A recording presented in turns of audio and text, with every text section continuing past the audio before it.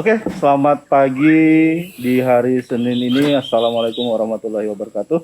Kita ketemu lagi dalam sesi Bisako atau yang kita pakai dengan istilah bincang santai sambil minum kopi. Hari ini kita akan berkunjung kembali ke rumah Pak Bapak Dr. Mahli Riyadi, SHMH, yang akan membahas tentang penerapan protokol kesehatan di perkantoran pelayanan publik di era pandemi ini. Mungkin kita sapa dulu Pak Mahli. Selamat pagi Pak. Selamat pagi. Assalamualaikum warahmatullahi wabarakatuh. Waalaikumsalam warahmatullahi wabarakatuh. Hari ini kita ketemu lagi Pak dalam bincang santai sambil minum kopi. Adapun pokok pembicaraan kita hari ini, tapi kita bincang santai aja Pak ya, jangan terlalu serius. Kita akan membicarakan tentang protokol kesehatan nih Pak, terutama di tempat perkantoran yang melaksanakan pelayanan publik di era pandemi ini. Namun sebelum itu ada pertanyaan yang cukup menarik nih Pak. Ya. Sesuai dengan hasil rapat kemarin, Pak Wali Kota kita, Pak Wali Kota Banjarmasin, Pak Ibnu Sina menyampaikan hasil rapatnya di media. Bahwa beliau terhitung dari tanggal 31 Mei 2020 tidak memperpanjang PSBB. Namun beliau juga tidak menyebutkan kebijakan new normal yang dipakai oleh pemerintah Kota Banjarmasin. Kira-kira menurut Bapak kebijakan apa yang diambil Pemko setelah masa PSBB ini diberhentikan, Pak? Ya, jadi pemerintah pusat dalam menghadapi pandemi dunia ini yang juga di Indonesia sudah membuat guidance rujukan dasar yang menjadi pijakan guidance tersebut. Ya tentu pasti berpijak awalnya itu pada Undang-Undang Nomor 6 Tahun 2009 tentang kekarantinaan kesehatan. Nah itu tentunya yang menjadi dasar pijakan dari lahirnya beberapa kebijakan-kebijakan. Di undang-undang itu ya tidak mengenal yang namanya nomenklatur atau makhluk yang bernama new normal tadi. Tidak ada Pak ya? Tidak ada. Sehingga ya kita tentu harus lebih dalam begitu kan. Kebijakan apa tadi pertanyaannya yang diambil oleh Bapak Wali Kota? Ya kalau new normal rujukannya adalah rekomendasi dari WHO yang mempersyaratkan beberapa ketentuan, ada 6 persyaratan gitu kan. Ya, salah satunya kasus ini harus melandai. Kemudian tidak ada angka kematian lagi. Di tempat kita ada Pak ya. Lanjut Pak. Nah sehingga ya new normal tidak bisa saat ini di Banjarmasin. Nah dalam situasi keadaan seperti saat ini di mana masyarakat kita barangkali juga udah jenuh dengan PSBB gitu kan. Sudah 3 kali Pak. Iya, membuat orang merasa bosan di rumah. Ya kan? Iya. Nah, kemudian kapan berakhirnya pandemi ini? Nah, itu juga ya, sehingga memerlukan sebuah konsep atau jurus baru menghadapi makhluk yang bernama si corona ini gitu. Betul. Sehingga ya memang tentu konsep yang diambil Pak Wali kalau kita ikut rapat kemarin itu adalah ya kembali kepada keputusan Presiden nomor 12 tentang kedaruratan Indonesia sebagai bentuk bencana nasional. Ya Indonesia ini dianggap sebagai terjadi sebuah bencana nasional yang non alam. Iya ya COVID-19 tadi. Nah kembali ke sana yang menjadi rujukan dasar sebagai ya kebijakan-kebijakan di daerah ini sebagai satu bentuk bencana yang harus disikapi. Betul. Nah, disikapi lalu dibuat sebuah formulasi menghadapi bencana ini bagaimana. Konsep yang sudah kita jalankan kan PSBB. Sudah 3 kali, Pak. Udah 3 kali. Oke. Nah, kemudian ya PSBB itu konsepnya ya memang kita kesehatan sebagai panglima. Sebagai pelaksana, Pak ya. Iya, sebagai pelaksana. Nah, sekarang kalau sudah tidak PSBB, ya kita tentu menyerahkan tongkat panglimanya itu, tongkat komandonya itu ke, ya dalam hal ini Pak Wali menyerahkannya ke TNI.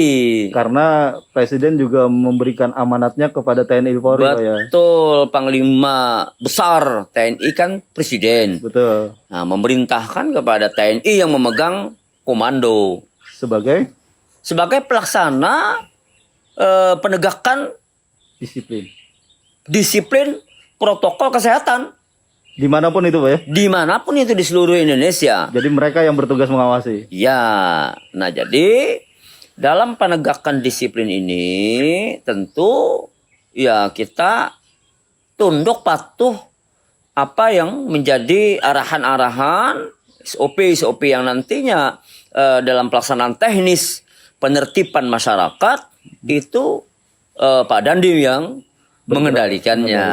Betul. Jadi kebijakan yang akan diambil berikutnya setelah PSBB ini adalah sebagai usaha untuk meningkatkan kedisiplinan masyarakat, Pak ya, terhadap protokol-protokol kesehatan. Yang mungkin di masa setelah PSBB ini yang pegang kendali adalah TNI Polri. Nah, ada hal yang menarik, Pak, di masyarakat ketika sebuah protokol kesehatan itu tetap tidak bisa atau tidak mau dilaksanakan oleh masyarakat. Mungkin konsekuensinya seperti apa tuh, Pak?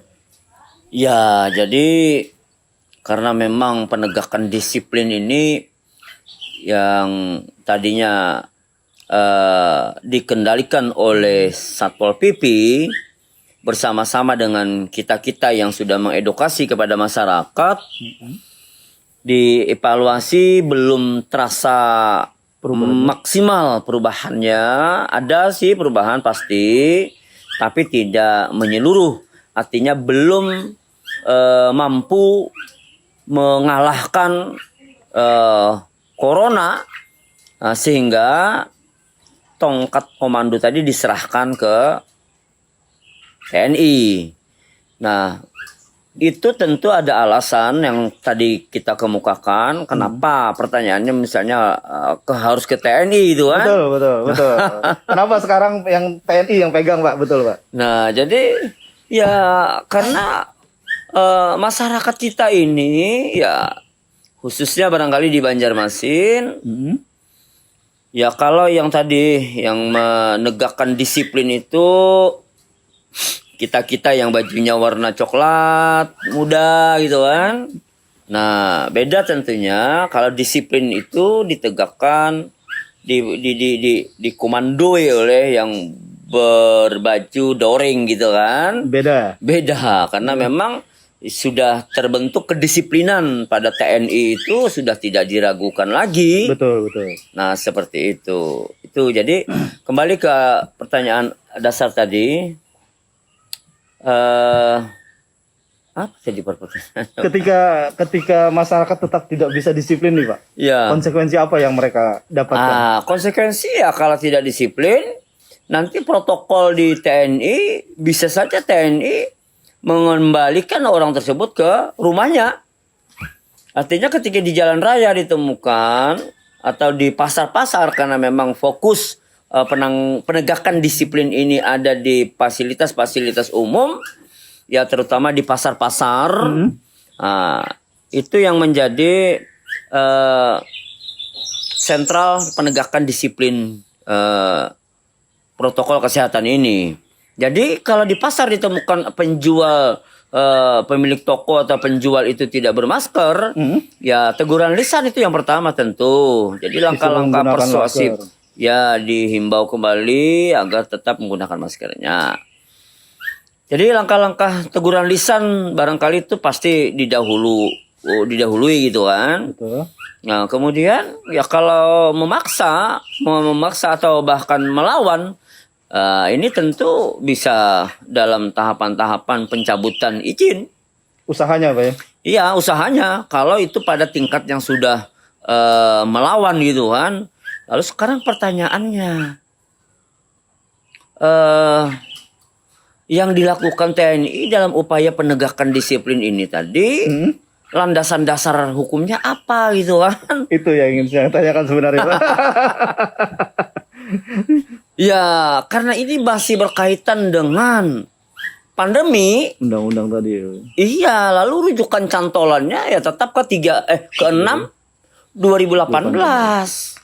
Nah, jadi tetap dalam upaya-upaya penegakan upaya-upaya memutus rantai penularan. Jadi kembali ke situ lagi. Betul. Nah, upaya memutus rantai penularan ini mendisiplinkan masyarakat. Ya tadi selain teguran lisan, nanti koordinasi lagi, ya TNI kan tidak punya kewenangan untuk mencabut izin. Betul. TNI akan menyampaikan hal itu kepada instansi yang terkait. Sebuah rekomendasi begitu Pak ya? Sebuah rekomendasi. Artinya si A usahanya ditutup saja. Ya, nah itu bentuk-bentuknya. Kalau si pembeli bagaimana? Nah, kalau si pembeli kalau ke pasar kada bermasker, ya siap-siap dipulangkan. Putar balik ya? Putar balik. Balik udah. kanan.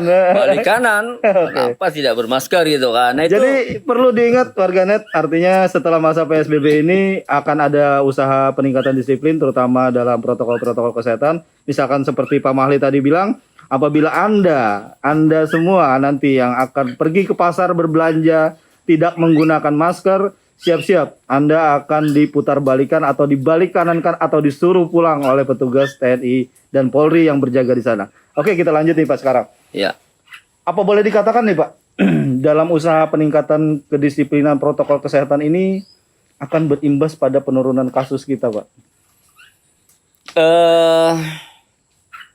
Ya kalau PSBB lebih ketat gitu kan. Betul. Dan semua terlibat. Betul. Work from home. Kemudian Rumah ibadah. ya rumah ibadah, tidak ada penyelenggaraan kegiatan-kegiatan yang sifatnya mengumpulkan massa. Nah, jadi kalau dengan kondisi seperti ini, mungkin saja kasus itu akan meningkat. Ya, ini istilahnya dengan kata lain sama dengan mengembalikan fungsi pengendalian penanganan COVID-19 ini kepada masyarakat itu sendiri. Betul. Ya, kalau kemarin dikendalikan langsung oleh pemerintah, ya sekarang ya pengendalian itu ada pada masyarakat. Nah, sehingga kebijakan yang diambil Bapak Wali Kota yaitu memperkuat gugus-gugus tugas yang ada di tingkat kelurahan dan di tingkat-tingkat RT, nah itulah yang akan diperkuat kebijakan yang beliau ambil. Jadi maka kebijakan yang kemarin dilakukan pada saat PSBB, nah begitu PSBB ini telah berakhir, tetap dilanjutkan. Sebenarnya tetap dilanjutkan Pak ya? Ya, terutama yang penguatan-penguatan pada tingkat RT tadi. Betul. Nah, jadi RT diharapkan ya mendeklarasikan kampungnya sebagai kampung bebas COVID. Betul. Sebagai bentuk gerakan masyarakat. Dan sebagai peran serta masyarakat juga Pak ya? Betul. Dalam bentuk nyata dia mengusahakan pemutusan rantai penularan ini. Ya. Betul sekali. Nah, sekarang kalau kita masuk ke masa setelah PSBB, sebenarnya apa bedanya sih Pak dengan PSBB yang kemarin kita laksanakan selama 3 jilid itu? Iya, bedanya tentu kalau PSBB kemarin ada pembatasan kegiatan sosial, ya termasuk di dalamnya ada kegiatan keagamaan.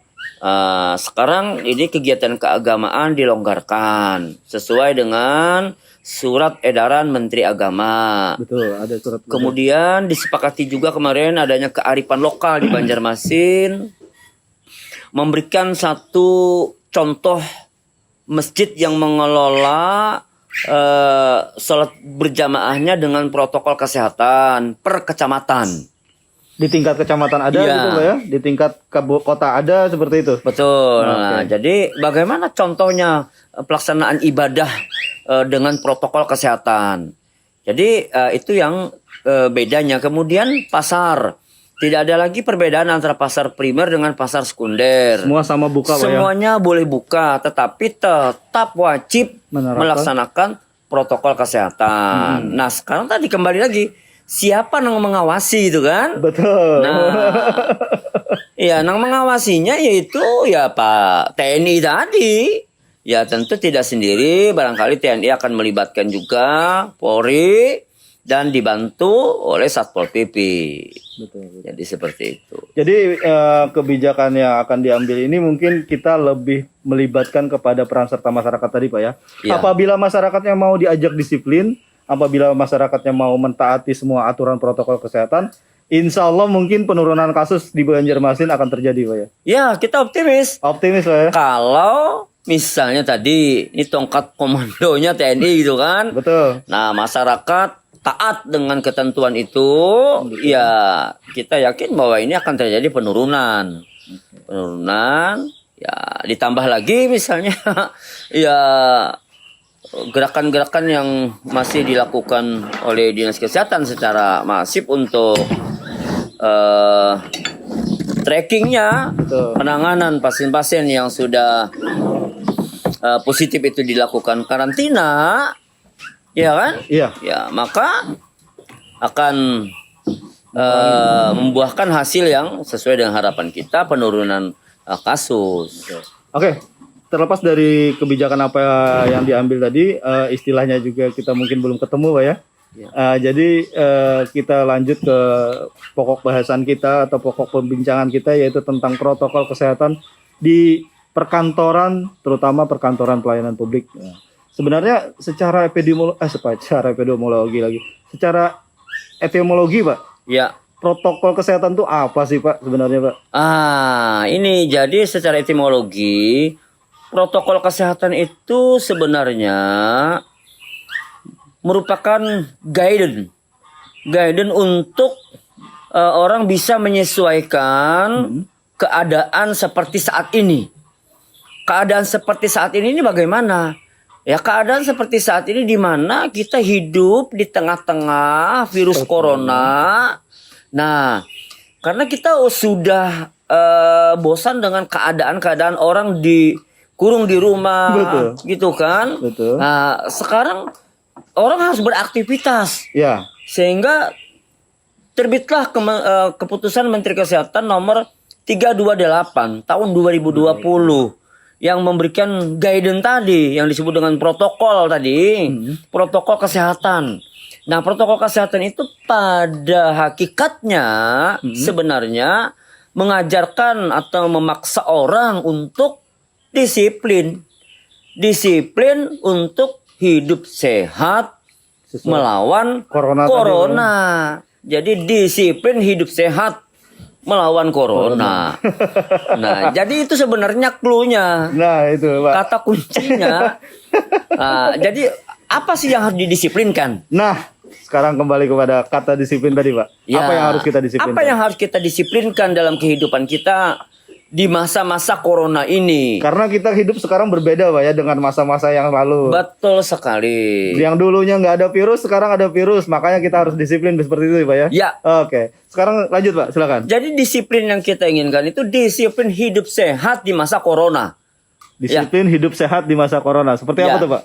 Jadi ya seperti kita bermasker. Kalau sebelum ada pandemi ini, ya orang tidak memakai masker gitu kan. Bebas-bebas aja Pak. Iya, bebas-bebas aja. Ya sekarang mau nggak mau ya harus bermasker. Nah Betul. itu jadi masker itu harus dijadikan sebagai sebuah tren dalam hidupnya. Kebiasaan. Sebagai ya. sebuah fashion hidupnya, Fashion, gaya betul. hidupnya. Betul. Nah, silahkan mendesain masker itu Sebagus mungkin. sebagus mungkin karena itu merupakan tampilan dalam kesehariannya. Salah satu aksesoris tubuh kita Pak ya. Iya. Betul. Nah, jadi maka ini tentu akan mendorong para pelaku usaha untuk terutama para desainer gitu kan. Bagaimana caranya masker itu supaya indah? Di samping melindungi tadi Pak ya. Ya, masker itu adalah sebenarnya wajahnya sendiri. Oh ya, gambarnya. Lukisan wajahnya sendiri yang dibikin itu kan juga menarik. Betul. Seperti contoh Agim gitu kan. Betul. Nah, jadi itu satu. Yang kedua, disiplinnya bagaimana? Kita harus memang disiplin menjaga tangan kita selalu bersih. Dengan cuci tangan tadi Pak ya. Makanya bersyukurlah orang-orang yang senantiasa setiap harinya menjaga wudhunya. 5 kali dalam sehari Pak. Minimal. Iya, kan ada orang yang sudah menjadi kebiasaan. Betul. Artinya dia tidak mau bersalaman dengan orang. Betul. Kan ada sekelompok orang yang memang dalam kehidupan kita sebelum masa PSBB dia tidak mau bersalaman dengan orang. Selalu menjaga Wudhunya. keutuhan wudhunya Pak ya. Atau keyakinannya bahwa bersalaman itu adalah sesuatu yang barangkali dalam keyakinan dirinya bahwa tidak mau bersalaman gitu kan. Apalagi beda jenis kelamin misalnya. Ternyata sangat tepat di era sekarang digunakan Pak ya. Iya. Nah, jadi dia tidak kesulitan lagi sebenarnya. Karena sudah habitnya dia seperti Iya. itu. Nah, itu tadi bermasker. Oh, selama ini kok dia kerjanya pakai cadar. Padahal itu sudah sebagian usahanya. Iya. Betul, betul. Nah, jadi kemudian apa lagi? Nah, di kantor. Maka di kantor itu juga harus mengatur jarak. Jarak duduk Meja ya, yang Pak? satu dengan meja yang lain minimal 1 meter. Oke. Kemudian di kantor juga harus menyediakan harus juga menyediakan sarana cuci tangan. Ya, sarana cuci tangan, kemudian thermal gun. Jadi itu harus ada di setiap kantor untuk memastikan bahwa stafnya sehat. Begitu juga dengan pasar. Iya. Ya, jadi pasar itu harus tetap memperhatikan dan melaksanakan protokol kesehatan ini. Nah, jadi pembeli tadi kan harus bermasker, penjual. Nah, jadi semua lingkungan kita, lingkungan kerja, kehidupan kita sehari-hari, ya budaya kesehatan ini harus tetap dijadikan sebagai sebuah habit. Dan itu dilakukan secara disiplin. Mungkin ada hal yang perlu ditegaskan lagi nih Pak. Mungkin persyaratan sebuah perkantoran terutama pelayanan publik. Kira-kira protokol kesehatan yang paling wajib minimal yang mereka lakukan seperti apa tuh Pak? Ya, jadi memang standar minimal untuk sebuah kantor ketika beroperasional, ya bukan ketika lagi ya memang harus beroperasional karena pasca PSBB ini kan Iya, betul. nggak Semua ada kan, lagi ya alasan-alasan yang gitu kan. Iya. Ya kantor tetap buka, maka standar minimal yang harus dilakukan di kantor itu ya yang pertama masker. Masker satu Pak. Ya, 1 masker. Karena masker ini kan pertahanan eksternal yang nomor 1. Baik itu dari segi pemberi pelayanan maupun yang akan mendapatkan pelayanan Pak ya? Ya, jadi orang yang memberikan pelayanan dan yang menerima pelayanan yang datang ke kantor itu harus bermasker. Ini syarat wajib nomor 1. Betul. Jadi kantor catatan sipil yang melayani misalnya Dukcapil kan, melayani fasilitas umum. Betul. Maka petugasnya wajib bermasker. Orang yang datang juga wajib bermasker. Dua-duanya berarti. Dua-duanya itu nomor 1. Orang dua nih, Pak. Syarat utama. Oke. Yang kedua, tidak ada jabat tangan.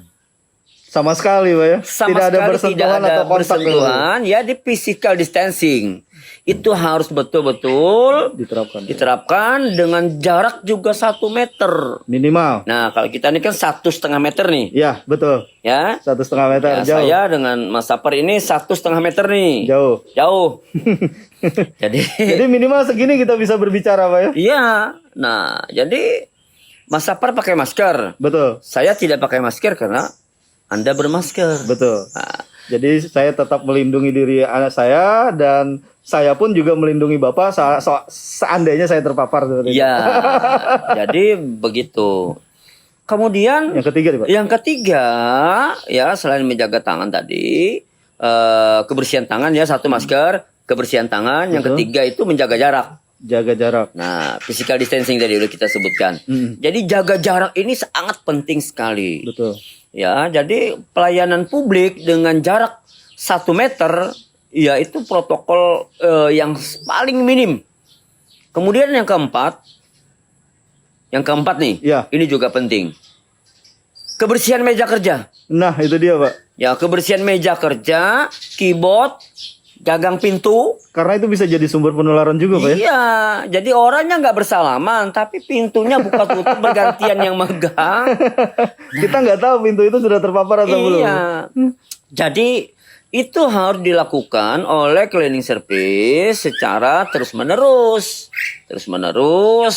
Sehingga ya kebersihan kantor itu, kebersihan meja ini juga harus dilakukan ya rutin, bisa setiap 3 jam atau setiap saat ya kita bersihkan. Kita menganggap ini sudah nggak bersih ya dibersihkan sesegeranya. Nah, itu. Jadi itu standar-standar minimal. Minimal, Pak. Ya, itu minimal. Jadi kemudian apa pengganti? Kalau mau lebih safety lagi, petugasnya pakai sarung tangan. Melindungi tangannya, Pak. Ya, petugasnya pakai sarung tangan. Iya. Kemudian di kantor-kantor perbankan, Ya. di kasir-kasir. Nah, betul. Nah, ini usahakan transaksi itu kalau bisa non tunai. Betul sekali. Jadi transfer. Karena kita nggak tahu dari uang itu. Iya kan virusnya bisa nempel aja di kertas, Iya. uang kertas ini. Iya. Sehingga ya pedagang ini juga harus hati-hati. Makanya kita himbau ini sebaiknya dia tidak menggunakan transaksi pembayaran langsung. Karena sangat berisiko juga. Nah, jadi itu penting sekali. Namun di beberapa kantor juga saya ada melihat, Pak, mereka menggunakan semacam pesil yang besar gitu, Pak. Jadi antara penerima pelayanan dan pemberi pelayanan itu ada batas plastik yang melindungi Betul. mereka itu, Pak. Ini Itu gimana tuh, Pak? Nah, itu berarti masuk pada tahapan penyempurnaan dalam upaya-upaya memutus rantai tadi. Lebih menjaga lagi, Lebih Pak, ya? menjaga lagi, lebih bagus lagi begitu. Jadi yang sudah pakai masker ditambah gelas atau kaca, Heeh. kaca penghalang. Penghalang. Oh, ini bagus banget. Jadi itu yang memang direkomendasikan dalam protokol kesehatan. Nah, betul. Nah, itu diatur di dalam Permenkes 328 tadi. Bahwa ya salah satunya kalau di kantor ya memasang gelas kaca. Pembatas tadi, Pak, ya? Iya, Sebagai antara pelindung. ya bisa juga ya plastik transparan. Betul. Seperti itu untuk mengkomunikasikan. Nah, itu tahapan-tahapan penyempurnaan. Betul. Jadi insya Allah aman dan kita juga tidak terlalu takut berlebihan. Itu dia, Pak. Nah, makanya masuklah pada posisi di mana kita harus sudah siap. Iya. Mentalnya bicara konteks di dalam. Tadi kan kita bicara eksternal. Betul. Nah, ada pertahanan yang sebenarnya juga penting sekali. Yang harus kita benahi. Yang ya, harus Pak. kita benahi. Yang pertama yaitu meningkatkan daya tahan tubuh kita sendiri. Caranya seperti apa tuh, Pak? Nah, caranya ya pertama kesiapan mental kita. Bahwa kita harus siap untuk hidup berdampingan dengan virus corona ini. Artinya kita dimanapun berada kita harus siap gitu ya? Mental dulu, iya mental Mentalnya. kita harus siap. Mentalnya, betul. Ya betul. bisa jadi di interaksi kita di pasar di mana dengan teman-teman di Di kantor situ ada kita. virus. Di situ ada virus. Nah sehingga kesiapan mental untuk tidak stres dengan situasi Betul. keadaan yang seperti ini adalah hal yang sangat penting. Karena ketika orang stres dia akan menurunkan imunitasnya. Betul. Nah sehingga kesiapan mental dengan protokol kesehatan, disiplin dengan hidup sehat tadi, yaitu menjaga diri secara eksternal. Secara internalnya tadi, dia sudah harus siap hidup berdampingan dengan COVID. Dengan kata lain, ya kita memang harus siap berdamai dengan corona. Betul. Nah, mau nggak mau, ya tadi kita secara perlahan akan masuk kepada yang namanya new normal. Tapi Istilahnya normal tapi kita tidak kita menggunakan tidak ke sana, belum siap untuk belum ke siap sana. kesana. Karena ada persyaratan new normal Ada persyaratan Pak. tadi, makanya ini sebenarnya masa transisi menuju ke sana. Betul. Jadi ketika nanti sudah melandai, maka itulah yang disebut dengan New normal. new normal. Sekarang tidak bisa. Iya. Nah, jadi seperti itu. Nah, sekarang gini, Pak. Apakah kapan nih, Pak? Kapan perkantoran pelayanan publik misalkan harus menggunakan APD lengkap level 2 seperti di tempat pelayanan kesehatan tuh Pak? Nah, itu nanti dipakai apabila memang ada indikasi penanganan kasus-kasus yang terkonfirmasi positif. Ya, jadi misalnya kita untuk melakukan mengkarantina orang-orang yang case confirmed, kasus yang positif COVID-19, harus kita bawa, harus kita antar ke rumah karantina. Nah, itu memang standarnya harus seperti itu. Jadi kalau melindungi dirinya dan orang lain gitu kan. betul. Jadi kalau misalkan tidak ada kasus confirmed nggak perlu pakai APD. Tidak lengkap perlu. seperti itu, Pak, ya? Jadi cukup level 1 saja. Level Jadi satu. level 1 ya sarung tangan, masker, ya, jadi kacamata Google. Ya teman-teman di puskesmas ya saya kira bekerjalah dengan level 1 sesederhana saja. Ya, kayak masker, kayak kacamata Google, udah sarung tangan, Betul. selesai. Karena banyak sekali di puskesmas sekarang menggunakan APD, Pak. Ya, nah APD jadi level 2 itu. karena apa? Ya tadi memang situasi yang seperti ini. Nah tinggal nanti penata laksanaan steril pada tubuh itu juga perlu dilakukan. Ya mandi kan? Betul, setiap kali pulang kerja, Pak ya. Iya, jadi penting sekali itu harus menjadi tadi dilakukan secara disiplin. Oke, ketika pengunjung nih Pak, anggaplah saya pengunjung, Ya. saya tidak menggunakan masker untuk masuk ke kantor pelayanan publik, apa yang akan dilakukan oleh pihak kantor, Pak?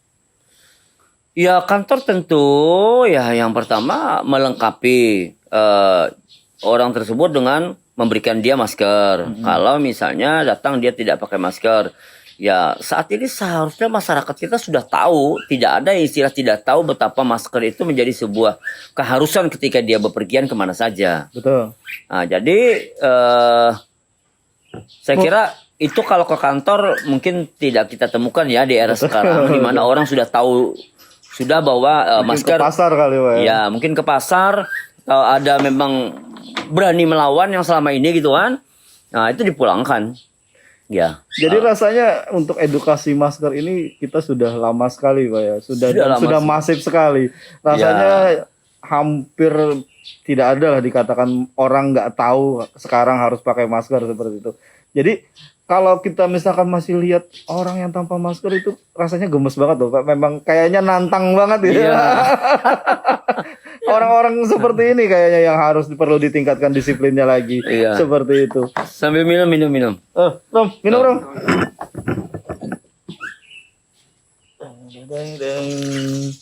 Sementara kami masih nunggu pertanyaan oleh warganet, kita sambil minum kopi di kediaman Pak Mahli Riyadi. Kita lanjut perbincangan tentang protokol kesehatan ini, tentu sangat menarik bagi warganet yang ingin bertanya. Silahkan Pak Mahli siap menjawab pertanyaan-pertanyaan kalian. Kirimkan saja pesan di live ini. Dan perlu kami sampaikan juga bahwa live ini hanya selama 1 jam. Silahkan pergunakan waktu sebaik-baiknya. Jika ada hal-hal yang ingin dipertanyakan atau ada hal-hal yang ingin diketahui tentang protokol kesehatan.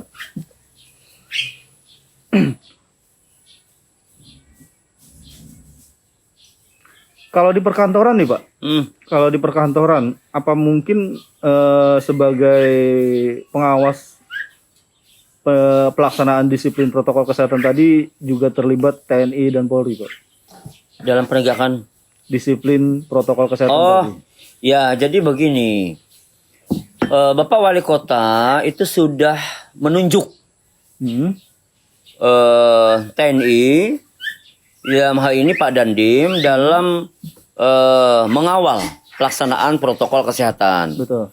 Nah, jadi dalam 14 hari ke depan tentunya itu TNI lah saat ini yang mengendalikan penegakan disiplin terhadap protokol kesehatan ini. Jadi kita sekarang kalau tidak disiplin ya tentu akan ditegur secara lisan dan ya akan berbeda ketika itu dilakukan oleh orang sipil. Betul. Oke, jadi mereka yang berperan menegurnya Pak. Ya. Terus apakah di masa setelah PSBB ini ada perhitungan rentang waktu juga Pak untuk kebijakan setelah PSBB ini? Tidak ada tentunya. Ada sih fase-fase yang ditentukan kalau itu ke arah new normal ya. Betul. Tapi kita kan tidak melaksanakan kebijakan new normal itu. Tapi masa tanggap darurat tadi. Nah, adakah masa? Tentu pasti ada. Itu akan mengikuti kebijakan-kebijakan dari Kementerian Kesehatan dan kebijakan-kebijakan yang dikeluarkan oleh Presiden. Sampai kapan Presiden memberlakukan keputusan Presiden nomor 12 tahun 2020 itu tentang kedaruratan bencana itu? Iya, tentang bencana nasional ini. Kalau ini tidak dicabut tentang penetapan Indonesia sebagai bencana nasional, dan begitu juga dalam keputusan Presiden nomor 11-nya tentang kedaruratan kesehatan masyarakat. Betul. Nah, itu ya selama itu tidak dicabut oleh Presiden, maka selama itulah protokol-protokol kesehatan ini juga harus tetap dilaksanakan secara ketat sampai nanti masuk menjadi sebuah habit ya, yang kita awali dengan kerangka-kerangka, langkah-langkah atau jurus yang kita lakukan itu ya tadi DHS. Nah, apa itu DHS? Nah, itu dia, Pak. Jadi jurusnya DHS. DHS itu disiplin hidup sehat. Disiplin hidup Sehat. Oke. Nah, Silakan, Pak. DHS KOP. DHS KOP ya. Ya, disiplin hidup sehat melawan corona. Nah, Betul. itu yang tentunya yang ingin kita bangun bersama-sama dengan masyarakat. Kita sosialisasikan semasif mungkin agar masyarakat kita DHS. Istilah yang kita pakai DHS nih Pak ya. DHS. Bukan new normal. Bukan new normal. Oke, menarik ini Pak. DHS adalah istilah baru di Kota Banjarmasin yang mungkin bisa diasumsikan DHS adalah disiplin hidup sehat. Bisa dijabarkan lebih lanjut lagi Pak tentang DHS Ya. Pak? Jadi disiplin hidup sehat ini ya di mana orang diminta untuk menjadikan protokol kesehatan itu sebagai sesuatu yang dilaksanakannya secara disiplin. Secara terus-menerus dari lingkungan terkecil dirinya sendiri, dalam lingkungan keluarganya, dan dalam lingkungan masyarakat sampai dia di kantor. Kalau itu sudah dilaksanakan, nah itulah konsep-konsep yang kita yakini dalam bidang kesehatan untuk bisa bertahan dalam hidup ini. Ya. Jadi nanti akan berlangsung ada yang meninggal, ada yang tidak gitu kan. Seperti itu. Ya, ketika dia tidak melaksanakan konsep DHS. tadi. Jurusnya sudah kita sediakan. Betul. Cara menghindarnya Pak ya. Cara menghindar dan cara ya bertahan diri. Bertahan diri betul. Ya kenapa? Karena tadi kita dalam situasi keadaan yang seperti ini di mana ya COVID-19 sudah masih ada di mana-mana sehingga mau tidak mau mempertahankan dirilah sebenarnya yang menjadi jurus paling jitu. Jurus paling jitu. Karena untuk melawan pun rasanya tidak mungkin Pak ya. Ya, karena vaksinnya belum ada. Itu dia Kan Pak. orang kalau ada vaksin tinggal suntik imunisasi gitu kan. Setelah Ada aku selesai. minta vaksin anti corona. Nah, sehingga disiplin hidup sehat sebenarnya kita kosakata yang penajaman dari PHBS. Betul. Dulu Ya. istilah PHBS banyak sekali dipakai Pak. Ya, sekarang ya orang perlu baju baru. Ganti baju istilahnya. Maju baru, ya bagaimana orang menjadikan itu sesuatu yang dilaksanakannya secara disiplin. Lebih ketat lagi Pak. Ya, disiplin segala-galanya gitu kan. Nah, itu. Menarik sekali nih DHS. Ada istilah baru yang digunakan oleh Pak Mahli yaitu disiplin hidup sehat. Kira-kira ini penerapannya adakah sektor-sektor tertentu atau ke seluruh masyarakat Pak himbauan ini Pak? Ya, himbauan ini tentu yang pertama kita akan mensosialisasikannya kepada seluruh masyarakat kesehatan yang bekerja di 26 puskesmas dan rumah sakit dan keluarga besar Dinas Kesehatan Kota Banjarmasin itu lebih dahulu. Khusus orang kesehatan dulu Pak ya. Itu yang pertama. Pertanyaannya kenapa gitu kan? Ya. Ya karena orang kesehatan, tenaga kesehatan itu sebagai role model di masyarakat. Contoh ya. Contoh, sehingga disiplin hidup sehat itu ya harus menjadi lakonnya orang kesehatan lebih dahulu. Sebagai role model di masyarakat, di keluarganya. Nah, sehingga akan dengan mudah diikuti. Selanjutnya ya kita akan juga mengajak dan menghimbau kepada masyarakat untuk melaksanakan DHS ini. Jadi kepada warga masyarakat di seluruh kota Banjarmasin, mari kita bersama-sama melaksanakan disiplin hidup sehat ini ya dengan protokol kesehatan sebagaimana yang diatur dalam Peraturan Menteri Kesehatan 328 tadi yang berisi nih di kantor Protokolnya seperti ini. protokolnya seperti ini. Kemudian di minimarket ya, Ada toko-toko protokolnya, retail iya. harus menyediakan Cuci tangan. sarana cuci tangan. Orang yang datang harus bermasker. Si penjual juga harus bermasker. Betul. Begitu juga di mall. Nah, jadi itu yang harus dilaksanakan dan itu dilaksanakan secara disiplin. Betul. Nah, nyambung. Nyambung ya. Jurus kita ini akan nyambung dengan kebijakan Bapak Wali Kota yang menunjuk Pak Dandim sebagai Komando Penegakan dan Disiplin. Jadi kita siapkan instrumennya DHS ya. Iya. Betul. Oke. Mungkin ada gambaran sedikit Pak. Artinya perbedaan PSBB dengan masa setelah PSBB ini juga kan ada kebijakan melonggarkan di tempat rumah-rumah ibadah tuh Pak. Mungkin protokol seperti apa yang kira-kira harus Ini di penting. tempat rumah ibadah nih Pak? Ya.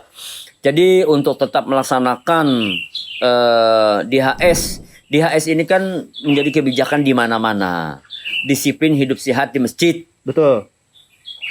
Bagaimana? Ya orang sebelum ke masjid, ya tentu bagaimana syariat agama Islam mengajarkan, ya kalau mau sholat Jumat mandi dulu. Bersih-bersih dulu ya. Ya bersih-bersih dulu. Nah sampai di masjid, sebelum masuk masjid, dia cuci tangan. Atau diyakini dari rumah itu sudah tangannya bersih. Betul. Nah, kemudian masjid harus menyediakan sarana cuci tangan, ya, menyediakan sabunnya. Nah, kemudian safnya itu ya tentu idealnya diatur. Ada jarak. Ada seperti jarak itu. 1 meter antara orang yang satu dengan orang yang lain. Nah, makmum-makmumnya 1 meter. Kalau belakang kan udah 1 meter nih. Betul. Samping kanan kiri, Ya. ya mau tidak mau harus 1 meter. Ketiga, ya harus membawa sejadah sendiri. Alas sholatnya Pak. Alas sholatnya. Jadi tidak bisa ya masjid menyediakan ini menjadi sumber nantinya. Karena tidak bisa melaksanakan itu nanti sama-samaan gitu kan. Betul. Oh, jadi harus membawa itu. Dan dilaksanakan sesingkat mungkin. Dan jangan lupa juga pakai masker kali Pak. Nah, itu sehingga untuk memaksimalkan upaya-upaya ini, orang ke masjid tetap bermasker. Betul. Ya, jadi ke masjid tetap bermasker. Jadi masker ini benar-benar jadi budaya hidup kita Pak ya. Ya. Dimanapun kita berada. Dimanapun kita berada. Oke. Nah, termasuk dalam beribadah. Nah. Jadi harus bermasker juga. Oke. Nih, bermasker. Sedang sholatnya, iya bermasker juga. Tetap menggunakan masker. Tetap. Jadi bukan sholatnya nanti dilepas dulu. Tidak.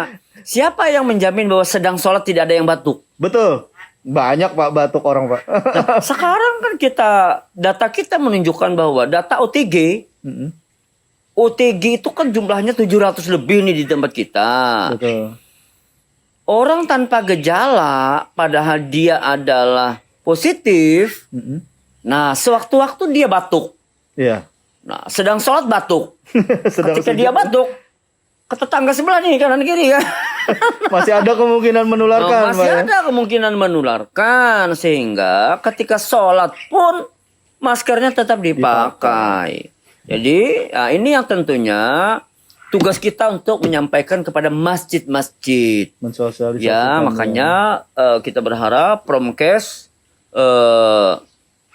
membuat sebuah program dari masjid ke masjid untuk mensosialisasikan protokol kesehatan. kesehatan di masjid. Iya. Nah, seperti itu. Dan ya memang kita rekomendasikan juga agar orang sebelum bekerja ya misalnya minum jahe dulu. Sebagai peningkatan imun kita, Pak. Iya, karena apa tadi? Menjaga imunitas kita dengan berolahraga tetap secara teratur. Kemudian minum jahe itu sehat sekali. Nah, kemudian juga tadi buah-buahan. Nah, itu juga harus kita konsumsi setiap hari. Kembali ke germas kayaknya, Pak. Kembali ke germas. Makan sayur dan buah seperti itu. Luar biasa. Sebenarnya apa yang sudah kita lakukan, sampaikan, itu sudah juga. Hanya saja yang kurang apa? Apanya, Pak? Disiplinnya. Nah, itu dia, Pak. Cuman ada juga nih, Pak, saya mendengar himbauan bahwa rumah ibadah oke dibuka, tapi tidak untuk anak-anak dan orang tua, Pak. Betul. Nah, jadi yang diperkenankan untuk ke masjid itu ya orang-orang yang usia produktif, orang lansia sama anak-anak berdasarkan surat edaran Menteri Agama tidak direkomendasikan. Ya kategorinya ya bisa dilarang lah. Alasannya apa, Pak? Alasannya pertama, orang tua yang usianya 60 tahun ke atas kan sudah lansia itu ya mudah sekali terserang, terinfeksi, terpapar penyakit. Apalagi ini virus corona. Nah, kenapa? Ya karena tadi yang kedua, kemampuan orang tua, kemampuan para lansia untuk membentuk antibodi dalam tubuhnya sudah terbatas. Betul. Jadi tidak sama dengan orang muda yang memiliki kemampuan menahan antibodinya sangat kuat sekali. Kemudian anak-anak juga yang sangat rentan. Jadi kelompok-kelompok rentan ini ya memang ini menjadi bagian dalam isi surat edaran Menteri Agama itu. Ya, untuk tidak ke masjid, tidak ke rumah ibadah dalam pelaksanaan ibadahnya. Nah, itu yang menjadi perhatian. Oke, menarik sekali perbincangan kita hari ini. Waktu sudah 47 menit. Mungkin 13 menit lagi live kita akan berakhir. Sebenarnya ini ada pertanyaan, Pak. Oke. Cuman pertanyaan ini sebenarnya di luar topik kita sih. Boleh, nggak apa-apa. Boleh menjawab? Ya, oke. Masih kaitan dengan corona? Masih berkaitan dengan corona, Pak. Secara teknis sih mungkin ini. Dari Pahrina nih, 88. Mau tanya, Pak, ya, seputar rapid test. Kalau misalkan pada rapid test pertama sudah dinyatakan hasil reaktif, apakah mesti menunggu rapid test kedua dulu baru di swab? Atau bisa saja langsung di swab begitu hasil rapid pertamanya dinyatakan reaktif, Pak? Yes. Ya, jawabannya kalau hasil rapid test pertama reaktif, tidak perlu menunggu rapid test yang kedua, bisa saja dia langsung swab. Ya. Dengan indikasi dari ketentuan dari pihak medis ya, Pak ya? Iya, jadi enggak langsung akhirnya dia minta, ya pelaksananya tetap tenaga kesehatan. Jadi ketika dia sudah ketemu hasilnya bahwa oh saya reaktif, saya mau dijadwalkan untuk swab, bisa. Jadi artinya tinggal menunggu jadwal pelaksanaannya. Nah, itu dia mungkin, Pak, penekanannya. Karena rapid test di Banjarmasin, swab di Banjarmasin ada daftar tunggunya mungkin, Pak ya. Nah, ini yang menjadi kendala. Jadi seandainya orang nggak pakai rapid-rapidan langsung swab saja, itu juga bagus. Cuman memungkinkan kok di pihak pelayanan kesehatan persoalannya kita. tuh di situ ya, kita terbatas dalam petugas pelaksananya. Betul. Nah, itu kan bicara petugasnya. Betul. Tapi kalau bicara teknis sistem, saya nggak mau rapid test, saya langsung swab saja bisa. Nggak masalah. Nggak masalah. Apalagi bisa mandiri misalnya. Iya, silakan. Mandiri. Yang ngapain rapid test gitu kan? Betul. Mending swab aja, wong penegakannya adalah swab gitu kan? Swab aja langsung. Ya. Tanpa rapid test. Betul. Nah, jadi apalagi ini udah rapid test, udah reaktif. Betul. Sebaiknya langsung, Pak. Langsung. Tanpa rapid aja bisa langsung swab. Saya milih swabnya aja langsung. Iya, betul. Apa-apa bisa, ya. Jadi seperti itu. Ya. Jadi Saudara Pahrina mungkin sebaiknya seperti itu jawabannya ya. Ya. Kalau memang memungkinkan Anda bisa melaksanakan swab mandiri, silahkan. Tidak perlu menunggu hasil rapid test kedua. Nah, kecuali Saudara Pahrina mengikuti dari sistem pelayanan puskesmas yang harus meminta Anda untuk menunggu sabar jadwal swabnya. Seperti itulah kondisi kita saat ini. Jadi harap maklum. Mungkin terakhir nih, Pak, Ya. Ada closing statement dari Bapak ini tentang tentang masa setelah PSBB kita nih Pak. Ya, setelah masa PSBB ini tentu kita menghimbau kepada masyarakat untuk tetap berperilaku hidup sehat dilaksanakan secara disiplin. Betul. Ya, karena apa? Jangan menjadikan tidak diperpanjangnya PSBB ini sebuah kebebasan. Euforia yang berlebihan. Ya, jadi jangan dijadikan ini sebagai suatu jangan memaknai sesuatu itu secara kita sudah normal lagi, tidak. Betul. Ya, jadi saat ini kita tidak mengembalikan pada fungsi itu, tapi kita menyesuaikan dengan situasi keadaan yang ada saat ini. Ya, jadi tetap justru yang kita inginkan itu adalah masyarakat menambah kekuatan pertahanan dirinya. Betul. Kenapa? Begitu tidak PSBB, pasar dibuka, masjid dibuka, Sumber-sumber penularan makin banyak. semua iya. Nah, sehingga kita himbau kepada masyarakat untuk lebih waspada. Ibarat perang itu medan perang lebih banyak lagi, Pak. Nah, jadi tingkatkan kewaspadaan, Betul. tingkatkan daya imunitas tubuh kita, Perlindungan diri kita juga. dan jadikan hidup sehat itu secara habit, laksanakan secara disiplin. Kuncinya adalah DHS, disiplin hidup sehat untuk melawan corona. Oke, terima kasih Pak. Mungkin kita akhiri saja bincang santai sambil minum kopi kita hari ini tentang topik protokol kesehatan di perkantoran pelayanan publik. Mungkin ada teman-teman dari warganet yang memberikan saran, silahkan, kami akan menerima untuk bisa kos selanjutnya bersama Pak Mahli. Tema apa yang ingin warganet sampaikan, silahkan, kami akan pertimbangkan untuk bisa kos selanjutnya. Terima kasih atas perhatian warganet semua, atas partisipasinya. Kami mengucapkan terima kasih. Salah hilaf kami mohon maaf. Assalamualaikum warahmatullahi wabarakatuh. Assalamualaikum warahmatullahi wabarakatuh.